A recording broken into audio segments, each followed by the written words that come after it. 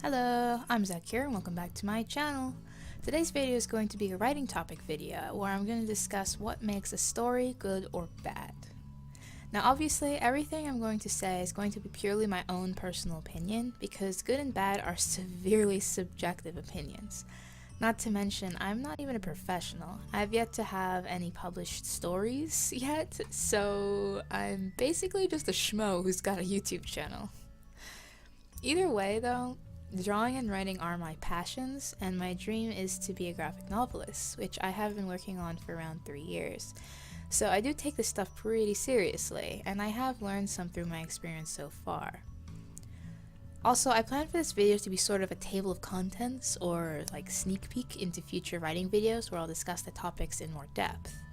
In those videos, I hope to have more interesting stuff going on in the background, but for now, you'll just be watching me draw this watercolor illustration, which I'll be talking about more near the end of the video. So yeah, without further ado, let's gripe about some writing stuff. So what exactly makes a story good? Well, since good and bad are very subjective, you could say that so long as someone likes it, it's good. But then by that logic, every single story out there is actually a good one, because even if the story is renowned for sucking, I'm sure someone somewhere out there will like it. But obviously that's not what we think about when we judge a story. But then what exactly is it that makes a story a resounding yes? Is it simply popularity? The amount of fans? Well, I don't think that really fits either, seeing as there are many stories out there that have had or have a large fan base, but is also usually a resounding no. This tends to happen a lot when it comes to age and gender specific stories, for example, teenage romance. Teenage romance is a genre that is usually targeted towards teenage girls, and is often thought of as the genre that pumps out the most eye-rolling, boring, and cringy stories imaginable. But at the same time, it has a very large fan base with young girls. Ooh, so surprising. So why is that? Well, before I start griping and basically going on a rant about these types of stories, first I'll just go out and say what I think makes a story good. Characters. Well, characters and a message, but mostly characters. Characters are the soul of stories. Lousy characters will make a lousy story. It doesn't matter how genius your plot is, how creative your world is, or even how deep your message is. If the characters are shallow, so will be your story. However, if the characters are well developed, but the world or plot is pretty generic or even boring, the story is still more likely to stay with people than the alternative. A message is also important to a certain degree, but it's really more important for the author to have a message they want to convey than it is for the audience to directly receive it. Not only that, but the message doesn't always have to be super deep with some super emotional point, nor does it have to be obvious and stagnant. But I do find that personally, stories that have had a strong message or ones that I was able to receive a message from, whether it was the one intended by the author or not, have always stayed with me in some way. For example, the anime Death Note. At the core of this story, the underlying message, or at least the one that I got from it, was power corrupts. At the beginning of the story, the main character is set up as one of the greatest people you could think of, someone who genuinely only wants the best for the world and is incredibly intelligent. But because he was exposed to such overwhelming power, the power to decide who lives and who dies, he becomes, well, basically nuts, and ultimately absolutely corrupted. This is even shown as the story progresses. At first, Light only uses the Death Note under very specific circumstances, but then as things come up, and he feels more and more backed into a corner, he can't help but continue to break those self-imposed rules, because, well, he has the power to. One could say that if Light Yagami never found that Death Note, he would have ended up as a really decent person, perhaps even someone similar to L, the main protagonist of the story. So maybe we should all think again as to who the real bad guy is, Ryuk. But again, if the characters weren't developed properly, this underlying message would have been lost, or at least definitely not as engaging. It's because we have such a strong sense of who Light and L are that makes their actions so impactful. Now obviously there is more to writing a good story than just having good characters and a message, because that alone isn't a story. There are also things like development, pacing, and just storytelling in general. A story is more than just the sum of its parts. It's also the journey of how those parts are conveyed that makes a story interesting. But to roll back to my point about characters, I do believe that good characters are, at the end of the day, one of, if not the most important part of a story to develop as a writer, and is also one that new writers really tend to skimp out on. And I know this from my own personal experience and reading some of my old cringy writings. You always have to remember that at the end of the day, fiction is fiction. It's not reality. And whenever we watch a movie or read a book, we subconsciously know that. So in order to bridge the gap between the reader and the imaginary situation of a story, there has to be something that resonates in a very real way with the reader. Something that the reader can relate to that will allow them to make the imaginary leap of believing in the fictitious situation. And that is the role of the characters. A good story has characters of which the audience can, in some way, feel attached to, and thus makes them want to keep coming back to see if the characters succeed in their ventures or fail. And this goes for both protagonists and antagonists. You may root for the good guys, but you also may really hope the bad guy gets defeated. So is the case again with Death Note. However, let's use a different example. I think a good one would be Star Wars. And in particular, I'm going to be referring to movies 4, 5, and 6. When you watch these movies, it's quite clear who's the good guys and who's the bad guys. You want Luke Skywalker and the gang to succeed, but you also want Emperor Palpatine to fail. It doesn't really matter what it is they're doing. If you really think about the premise of those movies, it's the most comic booky generic plot ever. There's an evil lord who has a super weapon that could take over the world, or in this case the galaxy, and the good guys have to stop him. That's it. That is really the plot of those 3 movies. But when you watch the movies, you don't think about all that, because you're too busy being in awe at how an annoying farm boy grows into a badass Jedi Knight through hard physical and mental training. Or perhaps worrying about whether or not Han Solo will be stuck frozen forever and never get to be with Princess Leia. Or perhaps sobbing over the drama of how Darth Vader is actually at his core a good person who has been corrupted by evil. Even though all these events could never take place in real life, they evoke very real feelings.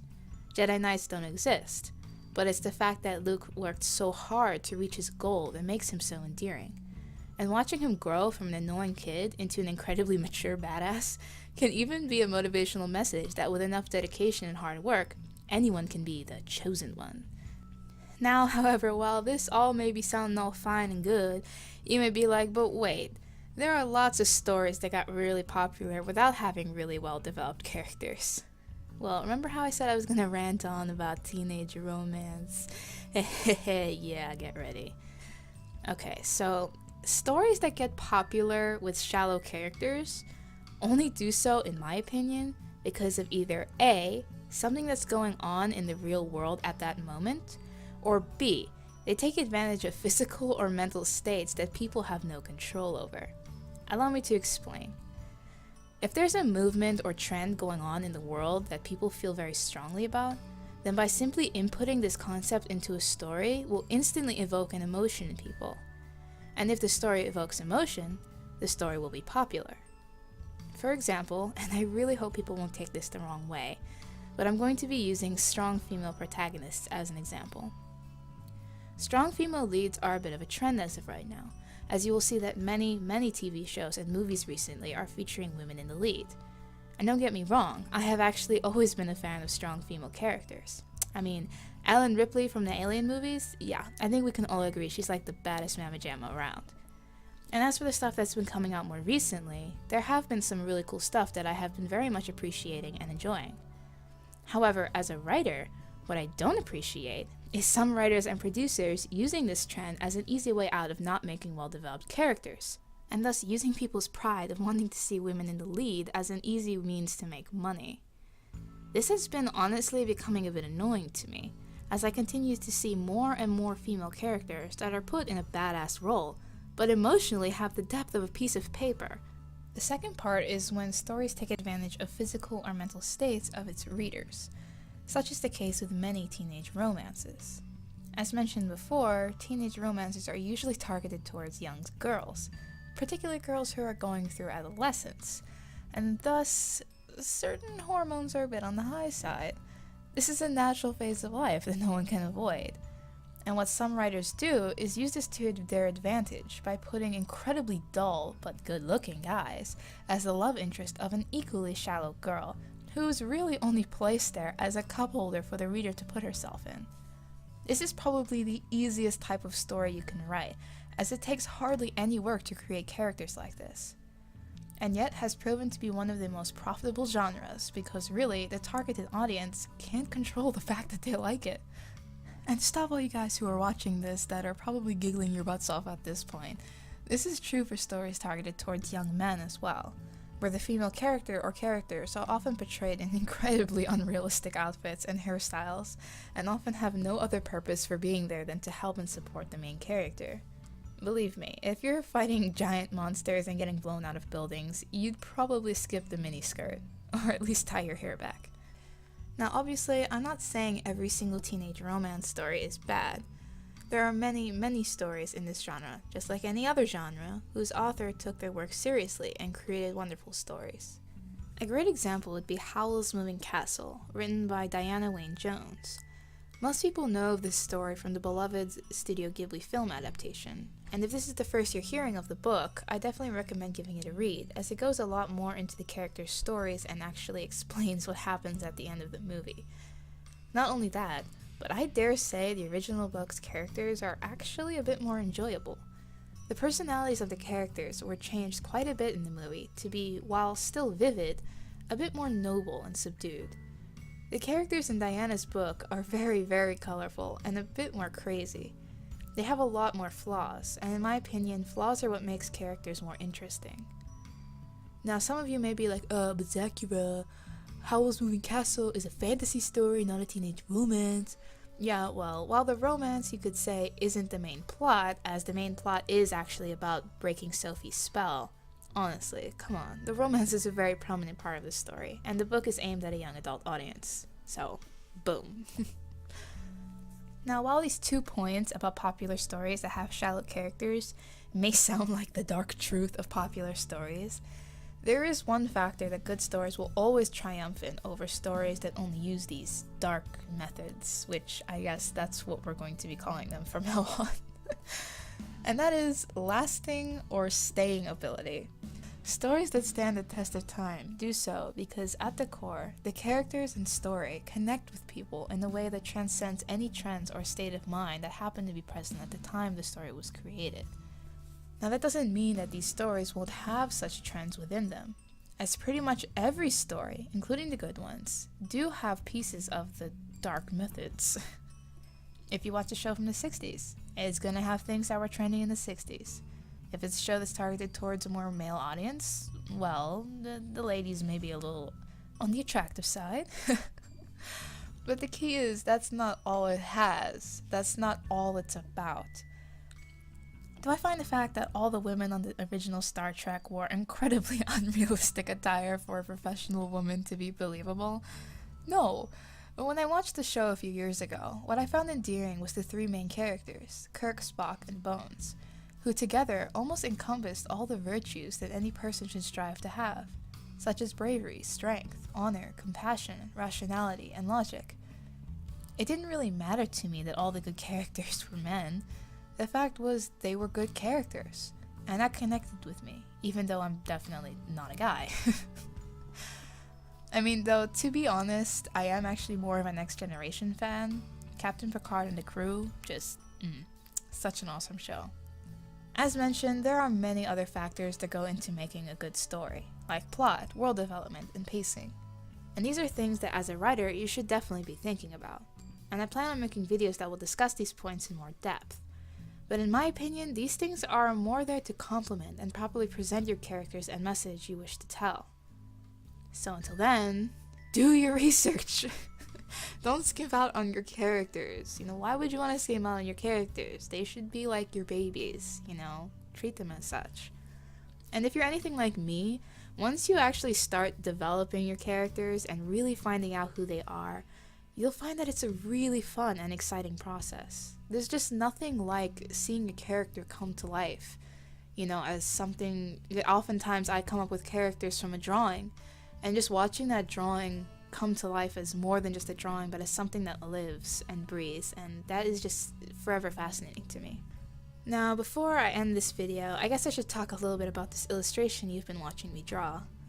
So if you've been following me on Twitter and Instagram, then you've already seen a few work-in-progress shots of this drawing, as well as how I felt going into coloring it with watercolor. Watercolor and the eye aren't exactly the best of friends. I'm very inexperienced with them, and the reason is simply because I just don't use them as much as I guess I should. When I color traditionally, I tend to use Copic markers because they really give you a lot of control, but with watercolors, I tend to lose control pretty fast. And also, it certainly doesn't help that I have no patience to wait for the layers to dry.